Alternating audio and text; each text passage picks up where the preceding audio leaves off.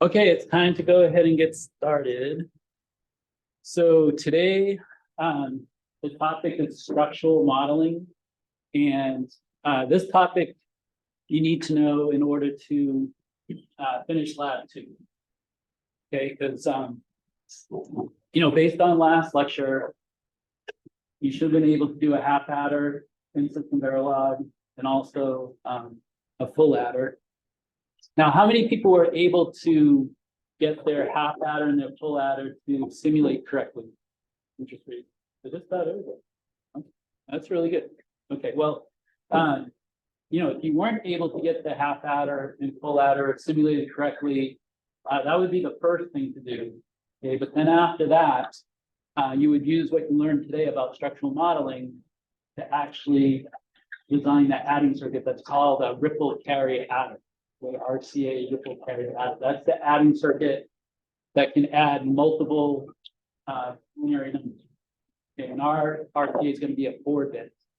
Okay, adding 2 4-bit numbers. Okay, so you can see from the agenda, I want to review just some of the things we did last time, and then we'll get into the new material, which like I said is structural modeling. Okay, so remember, half adder last time. So how many inputs does a half adder have? 2. And remember, the high level black box diagram, that's what shows the main inputs and the main outputs. Right, so maybe you called it A and B.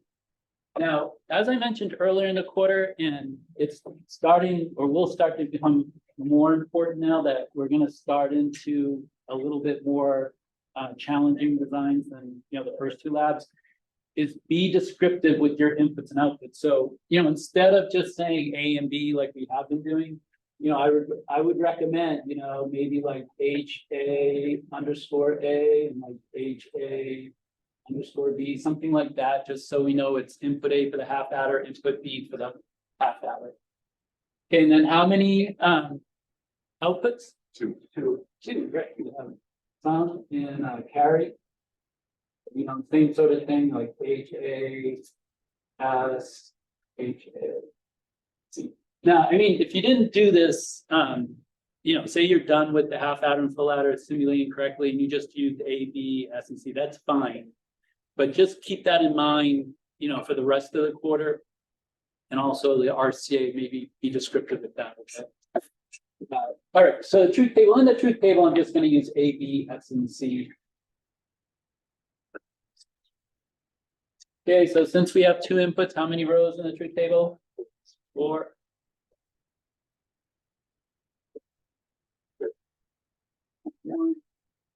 And remember, like we talked about last time, right? We're just adding the single bits here. So, we get an output of 0, 0, 0, 1, 0, 1, and 1, 6.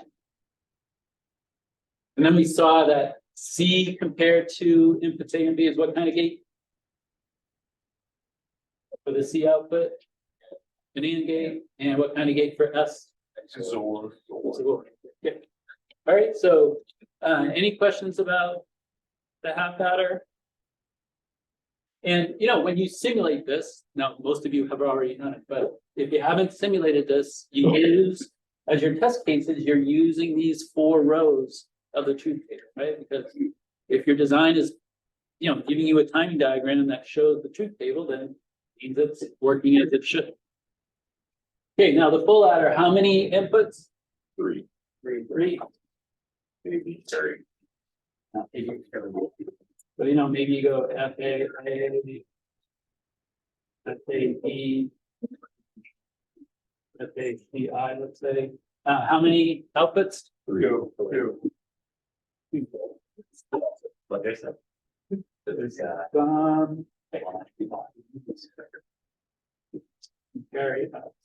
Okay, again, in the truth table, I'm just going to use the AB carry. I mean, because there's 3 inputs, how many rows in the truth table? 8.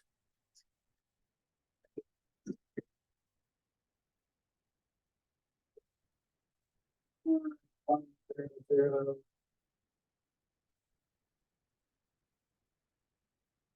0, 1, 2, 3, 4, 5, 6, 7.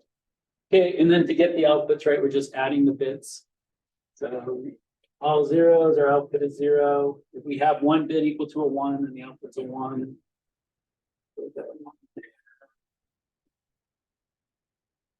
Okay, and then if 2 bits are equal to 1, that's 2, so 1, 0 in binary. All right, and then when you have 3 ones, that's 3. Right, so everybody agree I didn't make a mistake? Good. Okay, so any questions about the full adder? All right, then we talked about that when you add multiple bit binary numbers manually, you do it in the same fashion as when you manually add, multi-digit base 10 numbers. You just go column by column, starting with the least significant column. Right?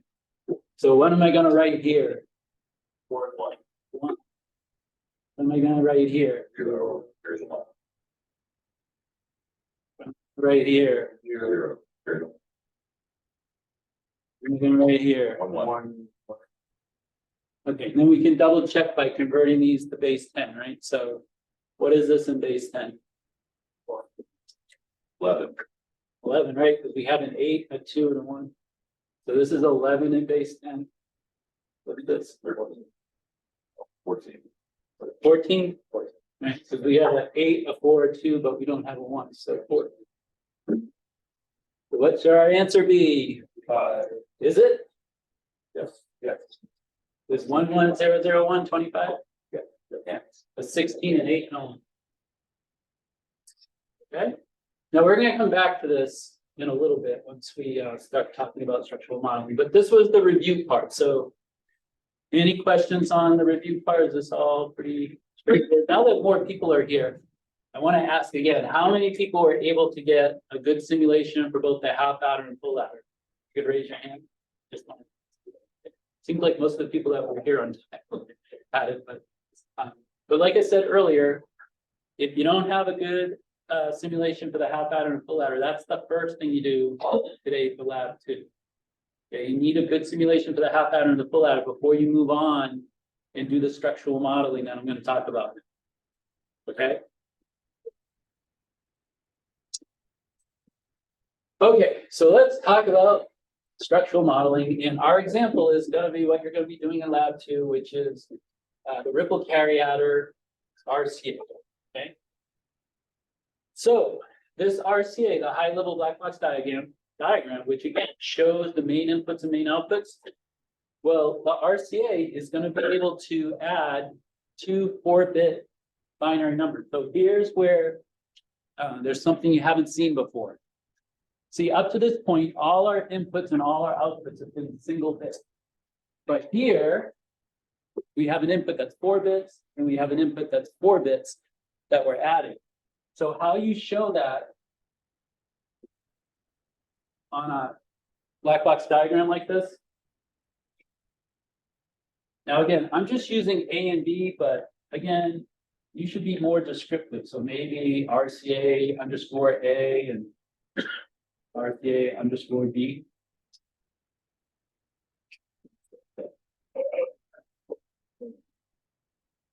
Okay, well, to show a multi-bit input or output for that matter, you put it slash and then the number. Okay, so this indicates that A is a 4-bit binary, and also input B is 4-bit. Okay, so that's what we're adding. And then on the output side of the RCA, we have a sum, maybe like RCA sum, and we have a carry out. The sum is 4 bits. The carry out is just a single bit. So you see in this example that we have here, and this could be one of the additions that the RCA is going to do. Well, like this top number that we're adding, that would be A, let's say, and then this second binary number that's part of the addition, that would be B. right? Where both are 4 bits. In the result, these 4 bits would be the sum. And this single bit would be the carry out. Okay? So again, the purpose of the high-level black box diagram is to show the main inputs and main outputs of whatever module you have. Why don't we have 1 5-bit output? Oh, that's a good question. I suppose you could. I suppose you could do that, but I don't know if it's by convention or just what you typically see, is that they'll do it this way. Sometimes, and you'll see this in the next design in lab 3, like you specifically want to use the carry out to perform some, function, let's say, because, here, because we're adding 2 4-bit binary numbers, when we get a carry out, that will indicate that our result is greater than a certain value. It will indicate that the value is greater than 15.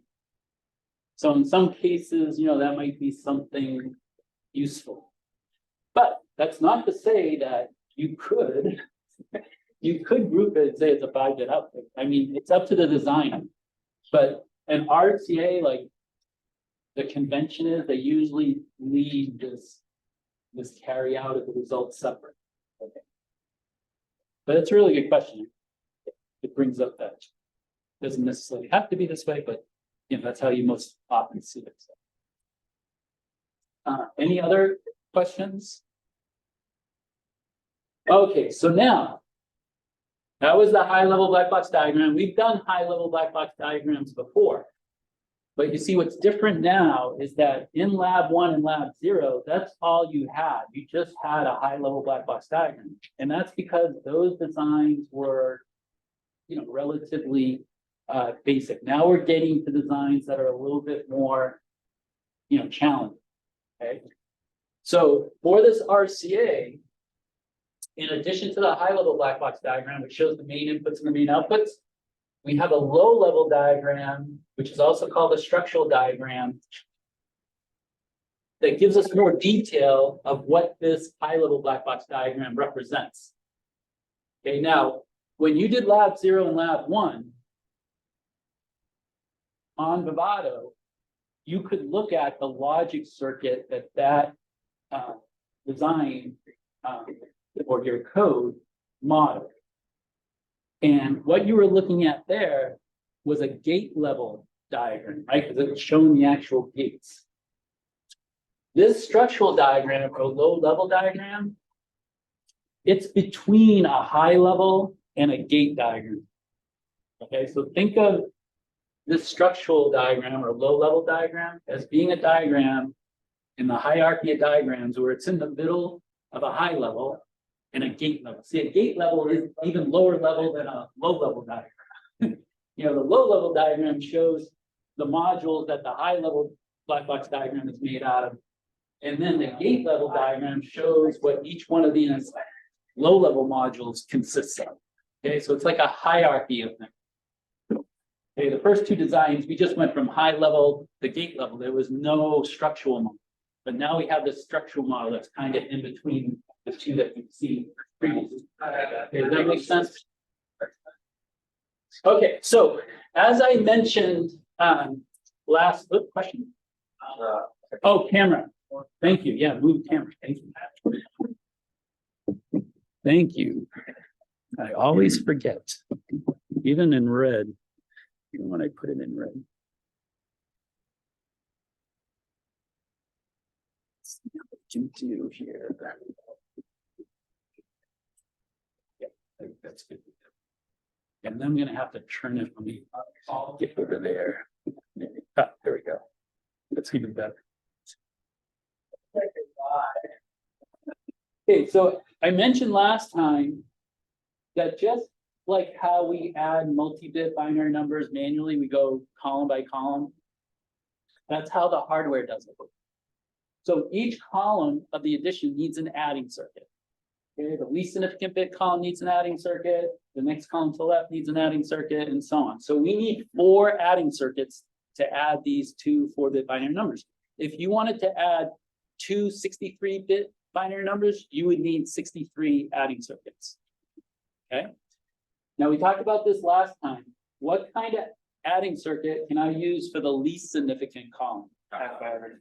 Right, and why can I do that? Why don't I need a full adder for that? Doesn't have a carry over. Yeah, you never get a carry in to the least significant column, right? So you see, this would be our half adder module. See, this whole thing is the RCA. Okay, everything within the dash box is the RCA.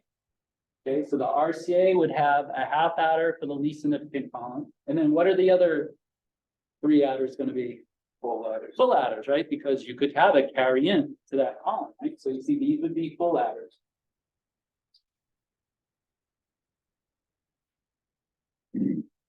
Okay, so, you know, if you did the first part of this lab and you have your half adder all simulated, working correctly, and you have your full adder all simulating, working correctly, the only thing left to do is going to be connecting these up.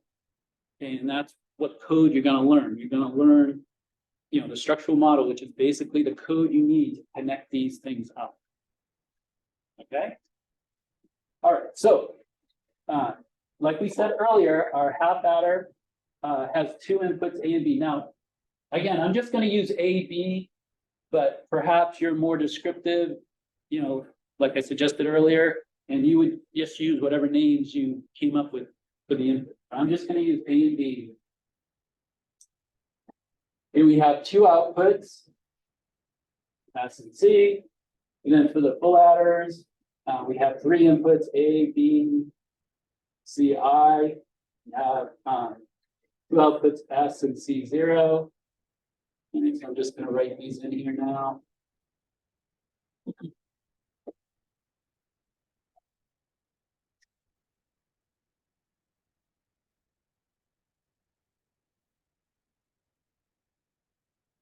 Okay, so these are the modules we already have, right? The low level modules. Now, out here, you can see I drew some arrows outside the dash box. Those arrows represent these main inputs and main outputs.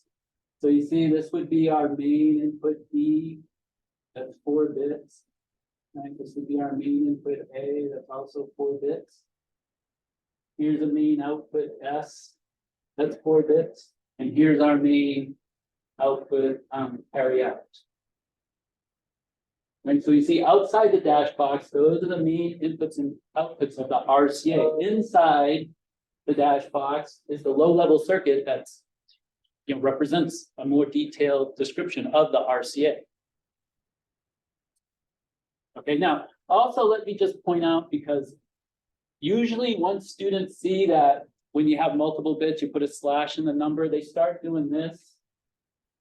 They do the same thing with a single bit, but that's not right.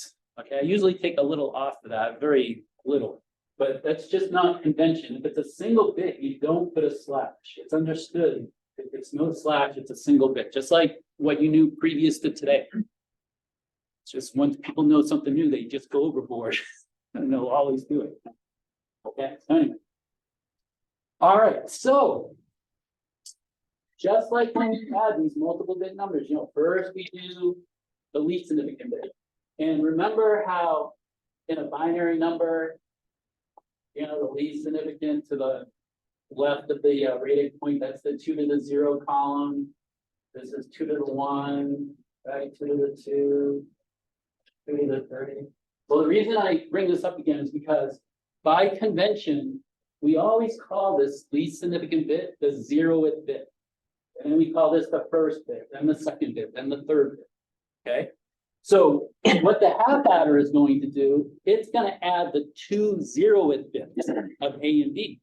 So the way we would show that is that we would put A and then in square brackets 0. See, that means the 0th bit of these 4 bits. And we're going to take the 0th bit of A and add it to the 0th bit of B. Okay. And then likewise for the rest of these adders. This full adder is gonna be adding the first bit of A and the first bit of B. Okay, this is gonna add the second bit of A, the second bit of. This is gonna add, oops.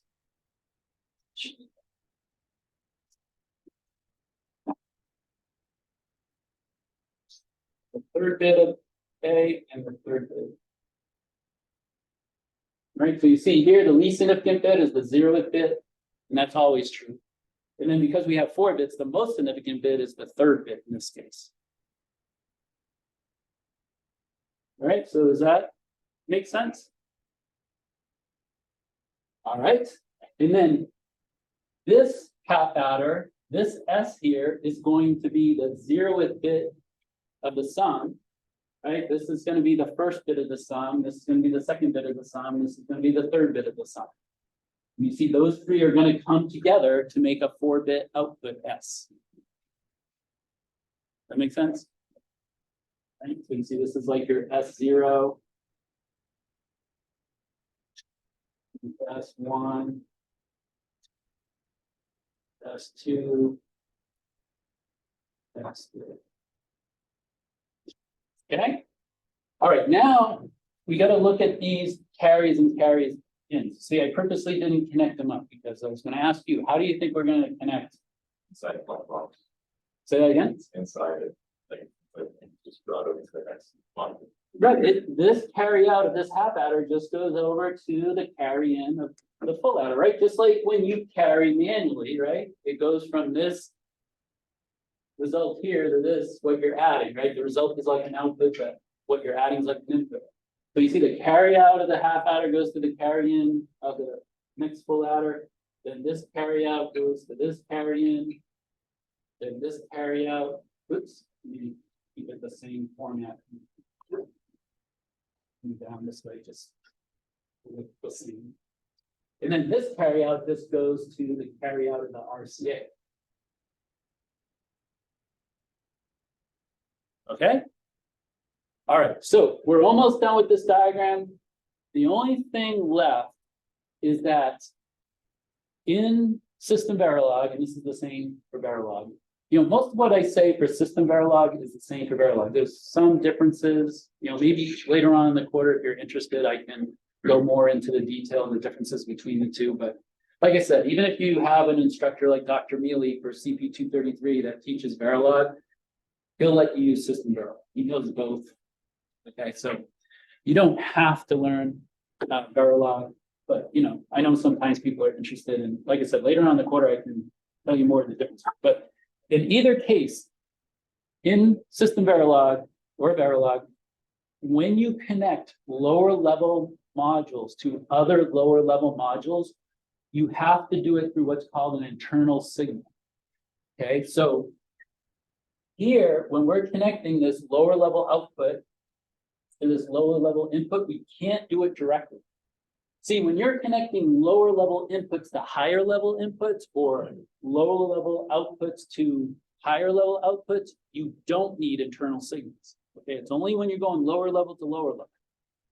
And you can call these internal signals basically whatever you want. Again, it's not as important in this class, but it will become very important when you take CP233 to be descriptive with your internal signals.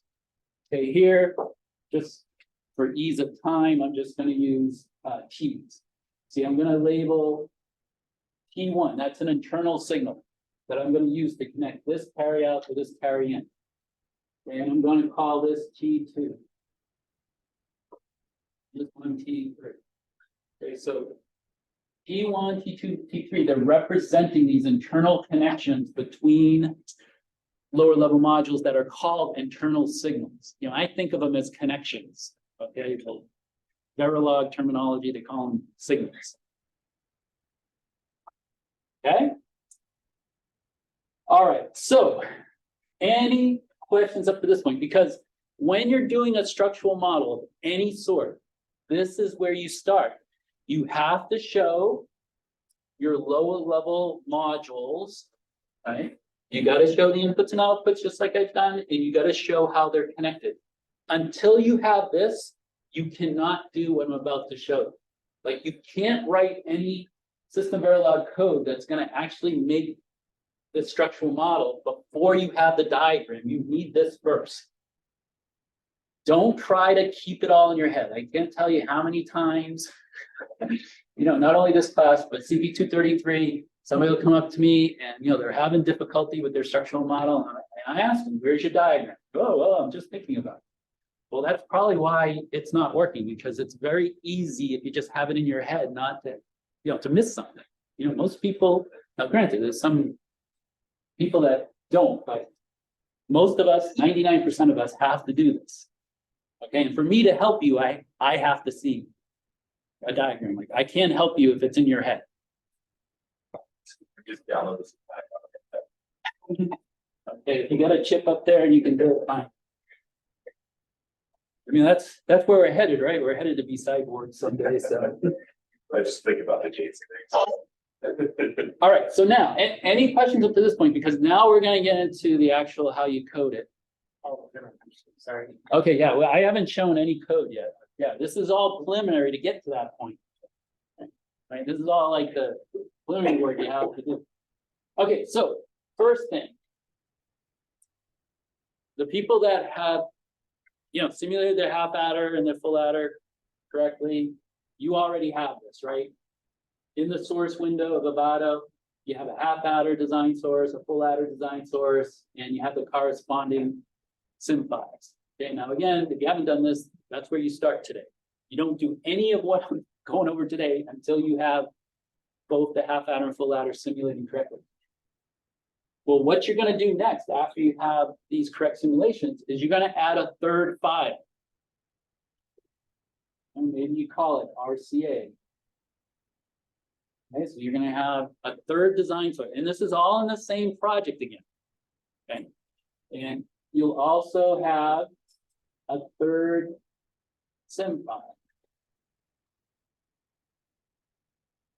Okay, so you know how he talked about the pyramid symbol,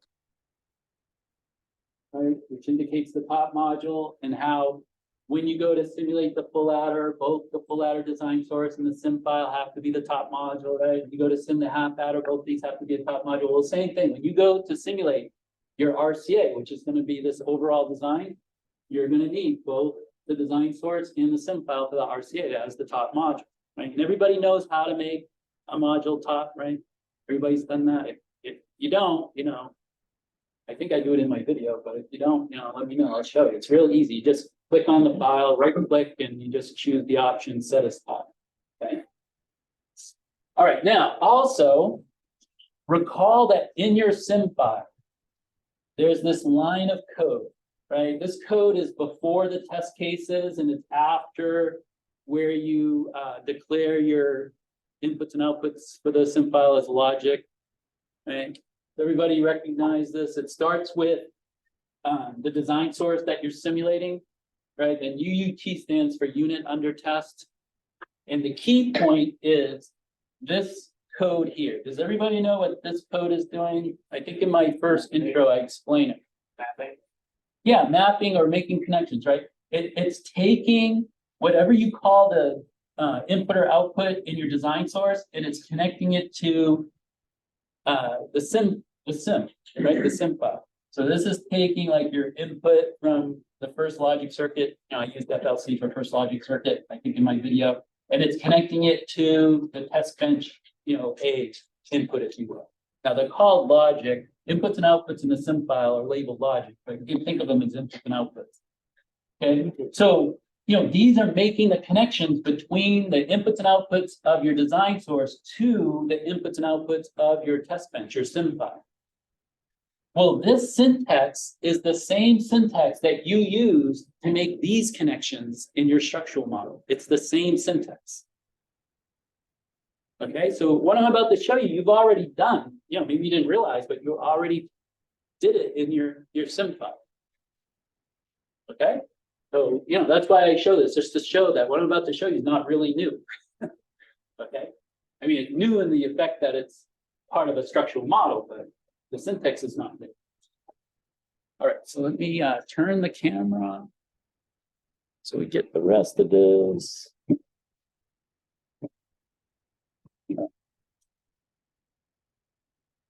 Okay, so now I'm going to show you the code that you would need in your RCA file to make that structural model. So you're going to have to declare inputs and outputs just like you've done. But one thing you haven't seen before is how you declare a multiple bit input and output, right? You've only done single bits. Like you would have, for example, input, A, right? And then, like output, S. Well, the only difference when you have a multi-bit input or output is that in between the word input and output, you put square bracket, and then since this is 4 bits, it'll be 3:0, and then A. And then same thing here for a 4-bit output. And then, you need like a semicolon again. Okay, but that's the only difference. When it's a multi-bit input or output that you're declaring, in between input and the name of the input or output, you just put bracket, and then you're putting how many bits. And we always call the least significant bit the 0th bit. All right, so based on how many bits you have, this could be different. I mean, where it's 4 bits, this would be a 3. If you had, say you had an 8-bit input, well, you'd have 7 there instead of 3. Okay. All right, so that's something that's, new, right? You didn't have to do that prior to this design. Another thing is new is how you declare these internal signals. Okay, well, after you declare your inputs and outputs and before the code that actually makes the connections, you define your internal signals. And the way you do that is the same way as you define inputs and outputs in your SIM file. You use the word logic, right? So you would put logic. And then since each of these internal signals are each 1 bit, I can just list them with a comma in between. I can just put T1, comma, T2, comma, T3. And semicolon. Now, you'll see in later designs, just like inputs and outputs can have multiple bits, internal signals can have multiple bits too. And sometimes, and in fact, in the activity that I have for you to do today, there's examples where sometimes the internal signal is a single bit like it is here, and sometimes it's multiple bits. And if you have a multiple bit internal signal, you define it the same way as a multiple bit input or output. You just put bracket and how many bits in front of it. Okay? All right, so now comes the code that's going to make the connections. So the first thing, and it doesn't matter the order I put these in, but I'm going to go in the order of the adding circuits, starting with the half adder. I'm going to go half adder, then full adder, and so on. But again, it doesn't matter the order. Okay. So the first thing you put is you put the name of the file. Right. So this here is file name.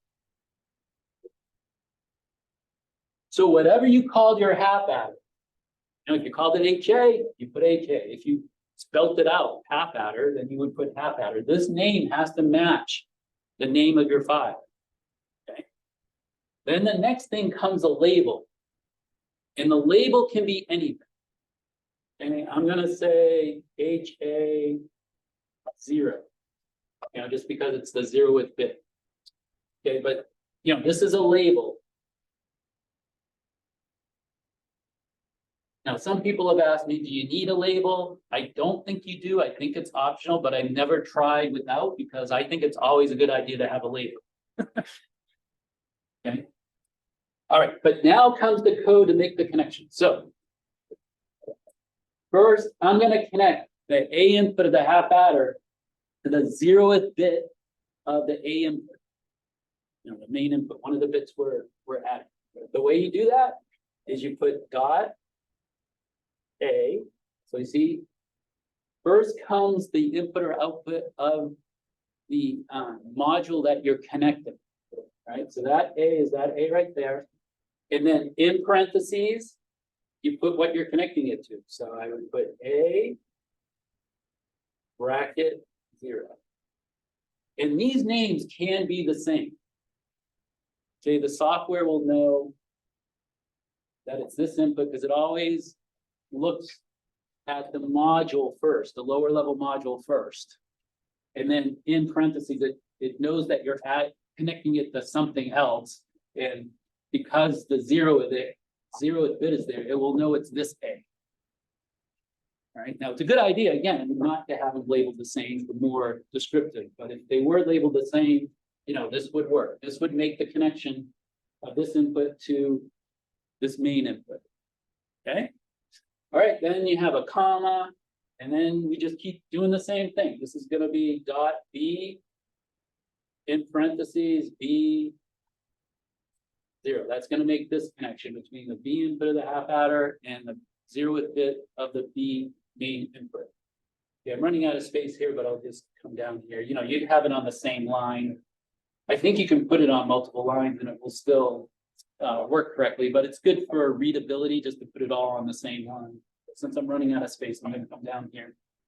So now we're going to connect S, and the order of connections doesn't matter. You know, I'm going A, B, S, and I'll go carry, but you could do any order and it's still going to work. All right, so dot S, and then in parentheses S0. Okay, so you see that makes this connection. Okay, now comes something different. Okay, now we're going to connect the carry. But like I said earlier, when you connect a lower level to a lower level, like this lower level output to this lower level input, you have to go through an internal signal. So you see, I can't do dot C in parentheses CI. That won't work. Okay, what I have to do is I would do dot C in parentheses the internal signal T1. Okay, and then I would end it with a semicolon. See, this is going to connect the carry of this half adder to this internal signal. We don't have the full connection. Okay, it's going to take another piece of code to finish this internal connection through the internal signal. Okay, but before I show you the next line, does everybody see what I did here? And do you see how it relates to what you've already done in the sim file? The only thing that's new is this the file name. Well, this was a file name too, but this is a label. This has to be UUT as far as I understand. This is not a label as far as I understand. But this, like I said, is a label. Are you gonna get a syntax area input, bracket around your inputs and outputs? Oh, this? Yeah, like after UUT have open parentheses. Then you close it out. Oh, okay. I see what you're saying. That's a good question. Let's see. Let me look at mine. I should probably be looking. Oh, I do need a parentheses. Thank you. See, so that would be a syntax error. Good catch. And I probably have to close it too with the parentheses. Let me see. Yes, thank you. Good catch. Yeah, you got to close it with the parentheses too. So thank you. I should be looking at my notes. Okay. So everybody see that? It was a good point. Yeah, you wouldn't get a syntax error for that. Okay, so ready for the next line? Okay, the next line, now I'm looking at this full adder here. So I put the file name. I put a label. I'll call this FA1. Now I just do the same thing. So the A input of that first full adder is going to connect to the first bit of the main input, okay? And then dot B parentheses B, the first bit. So you see that we connect this A to the first bit, this B to the first bit. I'll come back to the CI. I'm going to do S next. So dot S to the first bit of the sum output. And then just like I connected C here to T1, I'd have to connect C out of this full adder to T2. So this would be dot C0 T2.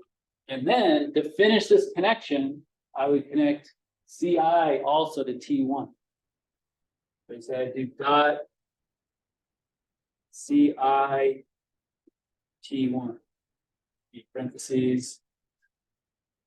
So you see these two together, See this syntax here with this syntax, that's what finishes this connection. Right, it's like you're connecting this C to TI and then this CI to TI. And since they're connecting to the same two places, right, the same internal signal, it makes the full connection. Okay. So any questions? Any questions up to this point? So, like the second one, we still just put FA and FA2, and it would know that it's separate, then it's code be separate. Yes, We don't have to code 3 different full ladders. yes, and I'm so glad you asked that, because that's a common mistake. Yeah, you only need one full adder design source along with one, SIM file. Because what the code essentially does, it uses this one full adder design source multiple times. Here it's using it 3 times. So yeah, you're absolutely right. I'll take her question, I'll come to you.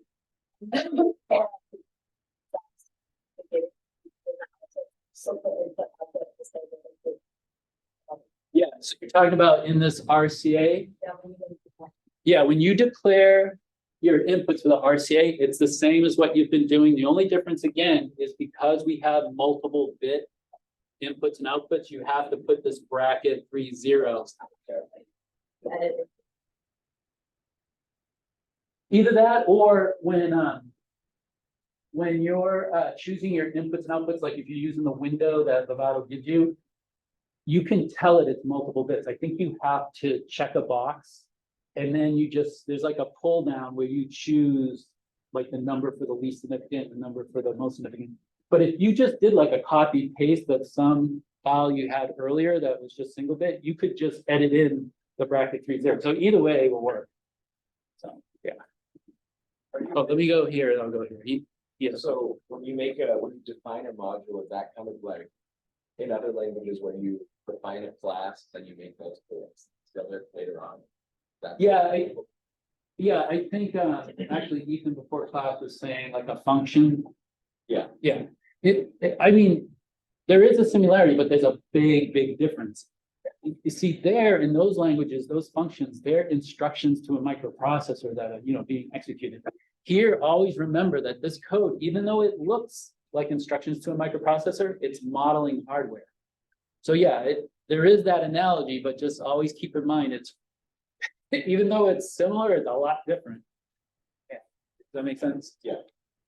You had a question. Whatever you're mentioning in here, like 0 parentheses, that has to be mentioned in input and output. Yes. Okay, so Like the dot A and the dot B would have to be mentioned as input 3. well, this dot A and this dot B, those are the inputs for the half adder, which will be declared here. Yeah. So you see, that's why you always want to make sure that these lower level modules are simulating correctly first, right? Because if these modules are not simulating correctly, then the whole design's not going to work. So then they're referencing any of those. Yes. Yeah, that's why you have to give it the file name so it knows where to look. Okay. Yeah. We're defining C output. Would it just be one singular variable? For the RCA, right? Yes. Yeah. So so when you're doing your design source and also your SIM file too, because in your SIM file, you also, you put logic, right? If it's multiple bits, you got to put it multiple bits there too. Okay, but yeah. For the RCA, your A, B, and your S are multiple bits, but yeah, this is just single bit. So yeah, it'd be just like you've done, input C0. Yeah. Okay, so I'm not going to do the rest. I'm going to have you, do these two, but if you understood what we did for the first two, it's just repetitive. Okay. All right, so any more questions? These have been really good questions. So wouldn't labels actually be required to prevent you from like redefining the same thing? I've never tried it because like I said, I always use labels, but I've had students ask me because they'll say, do I need a label? And I go, well, I've never tried. You can try it and see if Well, I'm just thinking like if we call upon the full adder file multiple times and there's no label, won't we just be like redefining the all the inputs like again and then like override them? I think, I don't know. I don't know, that's possible. Like I said, I've never tried it. I think I recall reading somewhere, like in a system Verilog or Verilog reference manual, that the labels were optional. But like I said, I've never not used them, so I don't know what happens if you don't use them, but I would recommend you use them. It's just good for readability and, yeah. Especially like when you're using the same file multiple times, because then you have FA, F2, F3, this kind of looks nice. Okay, so just two more things and the lecture will be over and you can do the activity and then work on the lab. Okay, the next thing I want to talk about are the test cases for the RCA. So on Canvas, the lab 2 test cases, those are for the RCA. Okay, as I said earlier, and some of you have already done this. Oh, Cameron. Oh, I already turned it. But thanks for checking. Like I said earlier, and you've done this already, if you've simulated a half adder and full adder, the way or the test cases you use for the half adder and full adder are in the truth table here, right? You got 4 test cases for the half adder, you have 8 test cases for the full adder. But on Canvas, lab 2, these are the test cases. I copied them down here because I want to make a point about them. These are the test cases that you're required to use for the RCA, right? The overall design. You can see that there's 10 of them. Okay. Now, who can tell me, since we have, well, first of all, how many unique combinations of A do I have, since A is 4 bits? You have something that's 4 bits, how many values can you get from 4 bits? 16, right? 2 to the 4, like we've talked about a number of times, and also for B. So I can have 16 combinations of A and 16 combinations of B. So how many unique combinations of addition could I have, since each input has 16 unique combinations? 16 squared.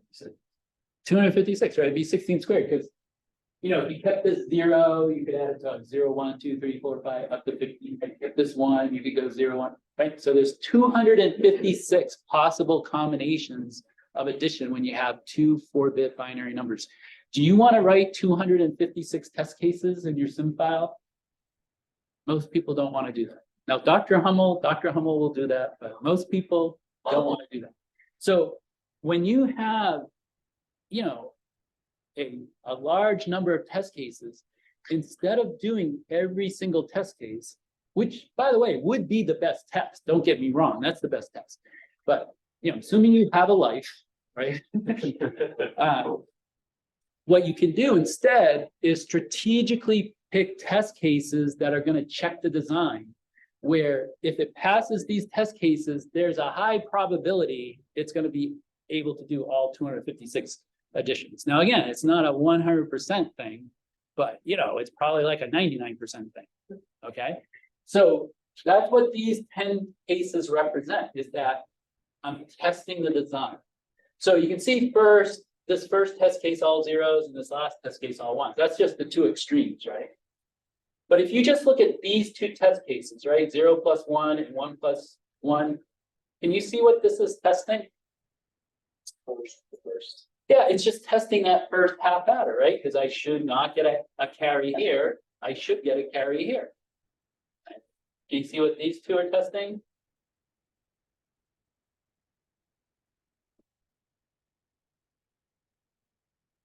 Half adder.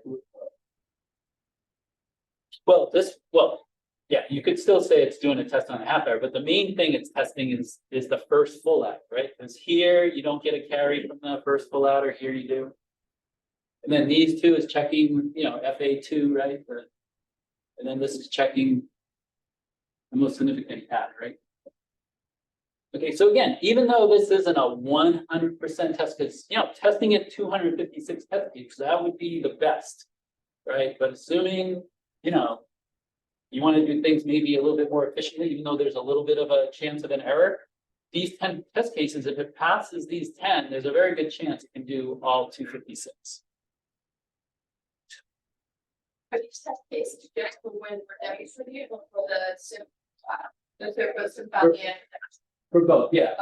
Yeah, actually, I'm glad you asked that question because, you know, I don't grade the labs. I have graders that do it, but I noticed I was just skimming over some of them this past weekend. And I noticed not a lot, but there was a few people where I saw the graders make comments that not everyone was checking all the test cases, like they might have done, you know, like they missed 2 or something like that. But remember that in order to get, now the graders, you know, I tell them they can be, you know, lenient at first, you know, since, you know, at first, you know, maybe someone didn't quite read the criteria correctly or whatever it may be. But as we go along the course, in fact, starting with this design here, if you just miss one test case, that's not 100% working.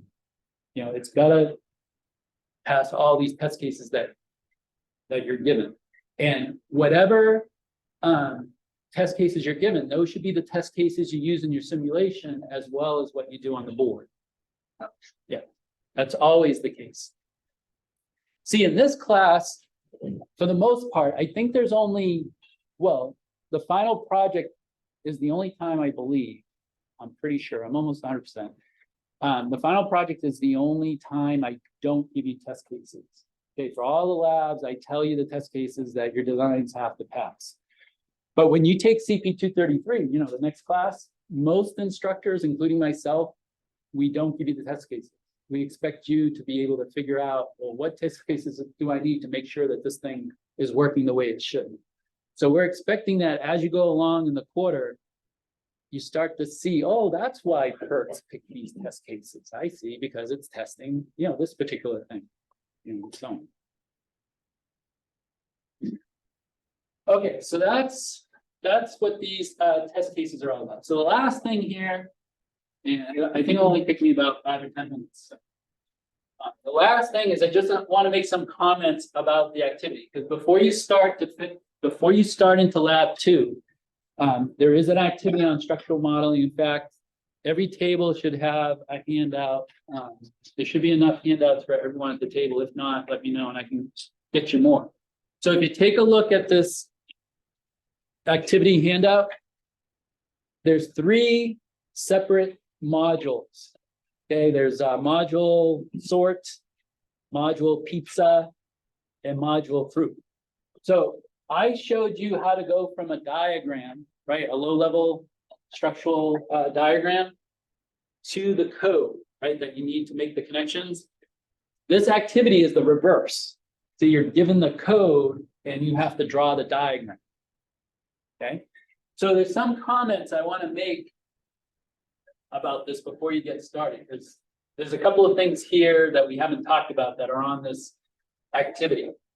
The first example, module sort, there's nothing really new other than what we talked about here. So if you understood what we did here, I would think you could come up with that diagram. Now, notice that I've listed what are inputs. Okay, and this is for all of them, right? A, B, X1, X0, SEL, G, H, P, R. They're all inputs. And this line here has all the outputs. See, in order for you to know what the inputs and outputs of these modules that are being connected, you would have to look at the code for those modules, and the code for those modules aren't given. Okay, so that's why I'm writing out what the inputs and outputs are here. Okay, because in a diagram like this, your inputs are usually either on the left side or the top side, and your outputs are usually on the right side or the bottom side. There is some variation to that. I mean, sometimes inputs are on the bottom side too. Inputs are never on the right side, not that I've ever seen. You know, right side is sort of reserved for outputs. And the left side's reserved for inputs. Top and bottom, you know, sometimes the bottom has inputs, sometimes it has outputs. The top mostly is inputs. I don't usually see outputs on the top. But anyway, just to kind of aid, you know, drawing the diagrams, you know, put your outputs on the right side, put your inputs on the left side. And again, I'm telling you the inputs and outputs because you would need the code to these lower level modules to find out, you know, from the code, but we don't give you that. Okay, we're just giving you the code of what's connecting the modules together. Okay, the structural model. All right, so that's what that's about. Okay, now, if you look at module pizza, okay, so that's the middle one. There are some examples of what's called concatenation. Concatenation. Has anyone ever heard of concatenation before? Okay, perfect. Like, well, concatenation, that's a fancy word for joining. And here, we're just talking about joining of bits. So in the pizza example, or the pizza module, there's a couple of examples of concatenation. And I just want to point them up. So I'm not writing the whole block of code here. I'm just writing out the lines that have to do with concatenation. So first of all, notice that where internal signals T2, T3, and T4 are defined, you see this square bracket 1:0. What does that tell us? There's the 2 bits. Right, that each of these internal signals are 2 bits. Right, everybody see that, right? The least significance of 0th bit, the most significance of the first bit, so there's only 2 bits. Okay, then if you look in the code, it's actually on the line for, let's see, it's on the line for cheese, label C2, okay, so that second line there, for when the connections are being made. And you see where it says .h, then in parentheses, it has braces, and then within the braces, it has a 1, and it has a comma, and a T2. Well, this is how you do concatenation in System Verilog with these braces. And what this code is doing is that it's taking the 2 bits that T2 is defined as, and it's adding a 3rd bit to the left of it that's equal to 1. So it's making T2 essentially 3 bits, right? But it's connecting this, let's see, H is an input. It's connecting this input H to T2 plus another bit, right? So it's connecting it to 3 bits. And you see why that's important is because that tells us that this H input must be a 3-bit input, right? Because you don't want to connect a 3-bit input to something that's 2 bits. If you did that, you would get what's called a bit mismatch. And sometimes that's flagged as an error in Vivado. Now, other times it will actually fix it on its own, but sometimes that will cause an error. So the reason we're doing this concatenation is to make the bits match. That H must be 3 bits if we're doing this.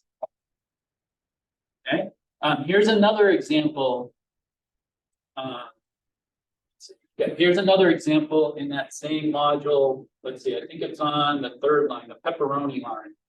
Okay, that is, there's .g, and again, G is an input, and in parentheses, what we're connecting it to is braces T3 and T4. So you see, again, this is concatenation. It's joining the bits of T3 and T4 together. See, T3 is 2 bits, T4 is 2 bits. We're joining them together to make it 4 bits. And the reason we would do that is because G, this input, must be 4 bits. Okay, so you often do concatenation to avoid what's called bit mismatch. Okay, bit mismatch just means you're taking something with a certain number of bits and you're trying to connect it to something else that doesn't have the same number of bits. And in this case, going back to this first example here, this case putting a 1, that's just random. It could have for this example here, it could have very easily been a 0.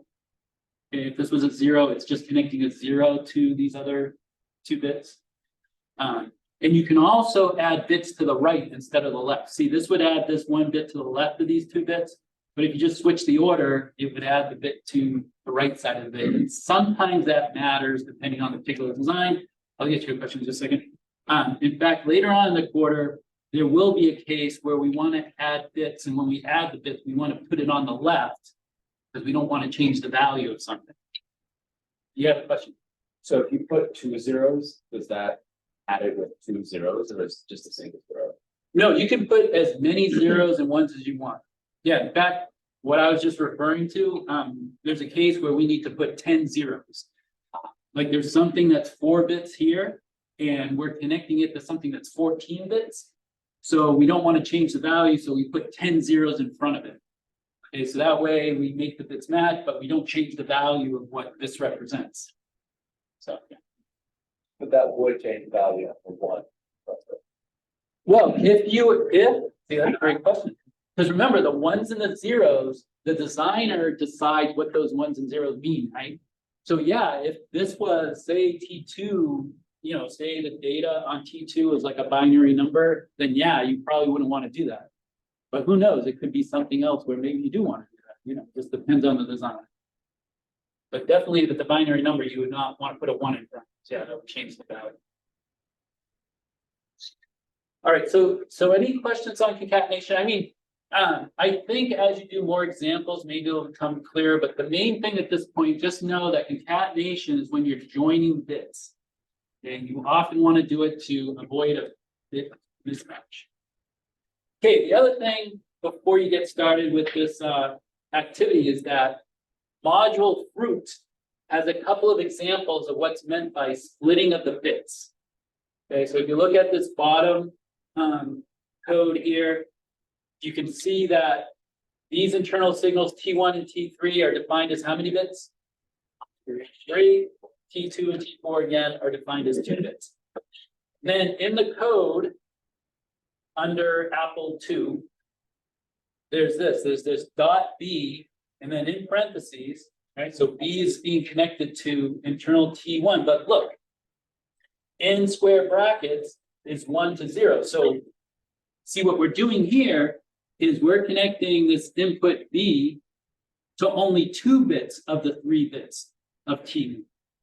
And again, that would tell you that B is 2 bits, right? Because again, you won't want to connect something that's 2 bits to 3 bits. So you see here, we're splitting the bits that even though T1 is defined as 3 bits, we're only using 2 of the bits. And that's how you would, that's what the syntax would look like. If I wanted to split it to the last 2 bits or the most significant, like the second most. Yeah, yes, you can do that, yeah. Yeah, instead of 1, 0, you could put 2, 1 if it's, yeah, if it's. So that's like an inclusive brain. Say that again? It's like an inclusive brain. Right, yeah, yeah, exactly. Yeah, like if you had 7 bits, you know, you could, and you wanted to connect it to the 3 most significant bits, you could do like 7:5, right? That would make 7, 6, 5. Yes. Okay, and then there's another example. Oh, yeah, there's another example here, and this is an assign statement. Now, you've all seen assign statements, right? Because you have to do those in the first 2 labs. So here you have an assign statement that's taking Q, output Q, ORing it with the first bit of T3 and the 0th bit of T4. So again, this is splitting the bits because T4 is defined as 2 bits and T3 is defined as 3 bits, but we're only using 1 bit of each. You know, the first bit of T3 and the 0th bit of T4. Okay, because an OR gate, remember, an OR gate has 2 inputs, right? Each input's a single bit, right? So you can't connect like 2 bits to a single input of an OR gate because it just doesn't work that way. Okay. All right, so any questions about any of this? So for the remainder of today, work on the activity. The answers are up here. Now, for this activity and for this activity only, I don't mind if at each table you just say, okay, you know, you do sort, you do pizza, you do fruit. Like if each person does 1, that's fine. You know, all other activities, you know, I want everyone to do the whole activity themselves. But I feel on this that if you do 1 of these, you can probably do the other 2.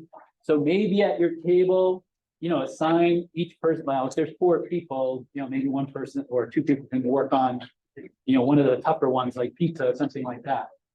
But if you decide to do that, still as a group talk about the 3 to make sure that everybody's, you know, understanding concatenation and splitting the bits.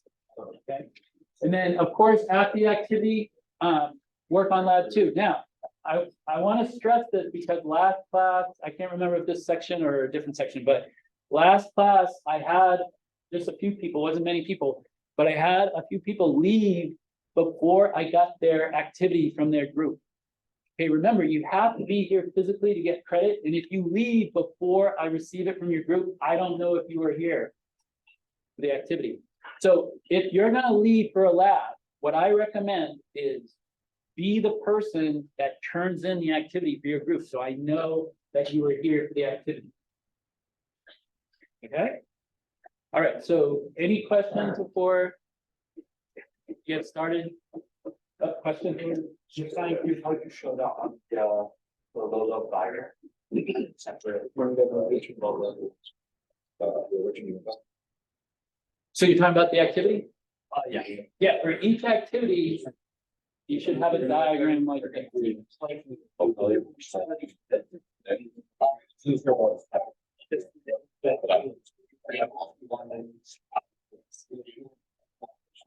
I'm just writing. So you're talking about this assigned statement? Yeah.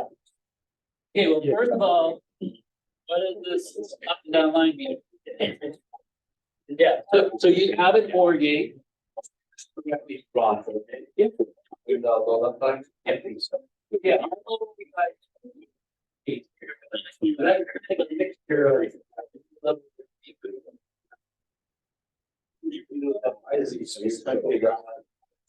Certainly. Bit. Yeah. Yeah.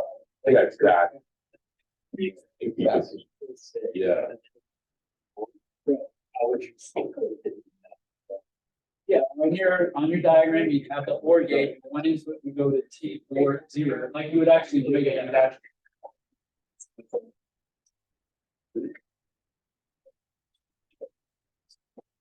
I get it, right, brush door. So, and then you